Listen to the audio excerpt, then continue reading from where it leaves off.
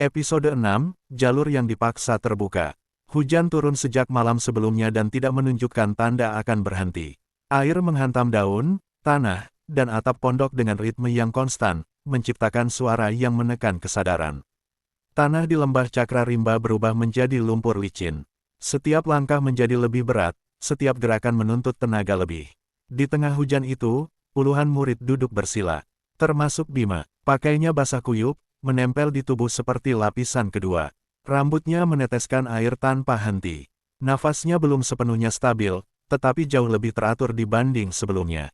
Di pinggangnya, mandau yang ia temukan di daerah larangan tergantung diam. Tidak bereaksi, tidak berubah, seolah tidak pernah terjadi apa-apa. Tarik napas, jangan paksa. Suara Guru Ananta terdengar dari belakang, tenang, datar seperti biasanya.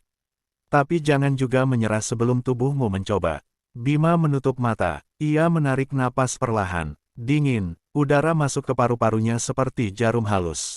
Ia menahannya, lalu melepaskannya, sekali, dua kali, tiga kali. Awalnya tidak ada yang berubah. Seperti biasa, kosong, namun kali ini, Bima tidak langsung frustrasi. Ia bertahan, ia menunggu, dan perlahan, sesuatu muncul, hangat, sangat tipis, seperti benang halus yang muncul dari kedalaman dadanya. Bima menegang, refleks lamanya muncul, ingin menangkap, mengendalikan, memaksanya tetap ada. Ia mencobanya, dan seketika, benang itu putus. Nafasnya tersentak, dadanya terasa seperti ditarik dari dalam. Ia batuk keras, tubuhnya membungkuk ke depan. Air dan lendir keluar bercampur. Jangan kejar, suara Ananta datang lagi. Tunggu dia datang. Bima mengepalkan tangan. Bagaimana mungkin ia menunggu sesuatu yang bahkan tidak ia mengerti. Di sekelilingnya, murid lain mulai menunjukkan hasil. Udara di sekitar mereka bergetar halus. Beberapa bahkan membuat air hujan di sekitar tubuh mereka menguap sebelum menyentuh kulit. Bima membuka mata, melihat, dan untuk sesaat, rasa tertinggal itu kembali muncul. Namun kali ini, tidak sekuat dulu. Ia menutup mata lagi, lebih tenang, lebih dalam. Namun suara lain masuk. Kalau kau terus seperti itu. Suara Bayu, dingin, santai. 10 tahun lagi pun kau tetap tidak akan bisa. Tawa kecil terdengar. Bima tidak membuka mata, namun rahangnya mengeras. Ia menarik napas lagi, lebih dalam, lebih kuat. Kali ini, ia tidak hanya menunggu.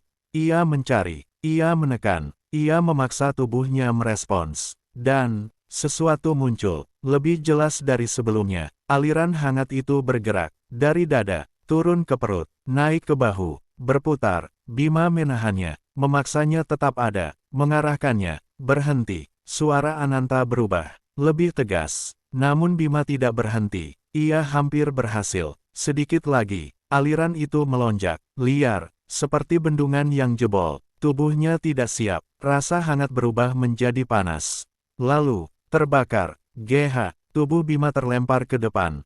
Ia muntah, darah merah pekat jatuh ke lumpur. Seluruh tubuhnya gemetar hebat, nafasnya kacau, penglihatannya bergetar. Ia mencoba bangkit, gagal, tangannya menekan tanah, namun tubuhnya tidak merespons. Sunyi, beberapa murid mundur, bukan karena kasihan, karena takut. Energi liar yang baru saja keluar dari tubuh Bima masih tersisa di udara. Tidak stabil. Berbahaya. Bayu menatap dari kejauhan. Kali ini tanpa senyum. Dia memaksa jalur kosong. Gumam seseorang. Itu bunuh diri. Langkah kaki mendekat. Guru Ananta berdiri di samping Bima. Tidak terburu-buru. Tidak panik. Ia hanya menatap. Dalam. Masih hidup. Bima tidak menjawab. Ia bahkan tidak yakin bisa mendengar. Yang ia rasakan hanya satu. Sakit. Dari dalam. Seperti ada sesuatu yang robek di dalam tubuhnya. Ananta berlutut, tangannya menyentuh punggung Bima, hangat, stabil, berbeda dari energi Bima yang liar. Dengarkan, katanya pelan, ini bukan tentang kekuatan, ini tentang menerima. Bima ingin tertawa, namun yang keluar hanya batuk darah. Menerima, tubuhnya seperti dihancurkan dari dalam. Kalau kau terus memaksa, lanjut Ananta, yang terbuka bukan jalur energimu, tapi jalan menuju kematianmu. Hujan terus turun, tidak berhenti. Bima memejamkan mata, lama, sangat lama, dan untuk pertama kalinya, ia berhenti melawan, tidak mengejar, tidak membuktikan apapun. Ia hanya diam. Nafasnya perlahan kembali. Masih sakit, masih berat, namun tidak lagi kacau. Di dalam keheningan itu, sesuatu muncul, kecil, sangat kecil, seperti tetesan air pertama di batu kering.